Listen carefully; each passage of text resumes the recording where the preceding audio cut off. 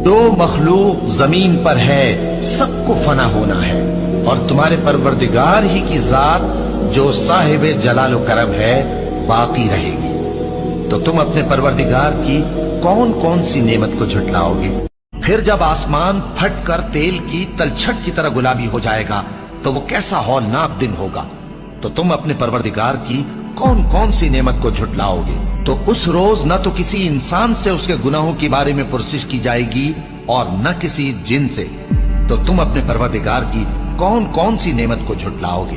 गुनाहगार अपने चेहरे ही से पहचान लिए जाएंगे तो पेशानी के बालों और पांव से पकड़ लिए जाएंगे। तो तुम अपने परवरदिगार की कौन कौन सी नेमत को झुटलाओगे? अहले जन्नत ऐसे बिछोनों पर जिनके अस्तर अतलस के हैं तकिया लगाए हुए होंगे और दोनों बागों के मेवे करीब झुक रहे हैं। तो तुम अपने परवरदिगार की कौन कौन सी नेमत को झुटलाओगे? उनमें नीची निगाह वाली औरतें हैं जिनको अहले जन्नत से पहले न किसी इंसान ने हाथ लगाया और न किसी जिन ने।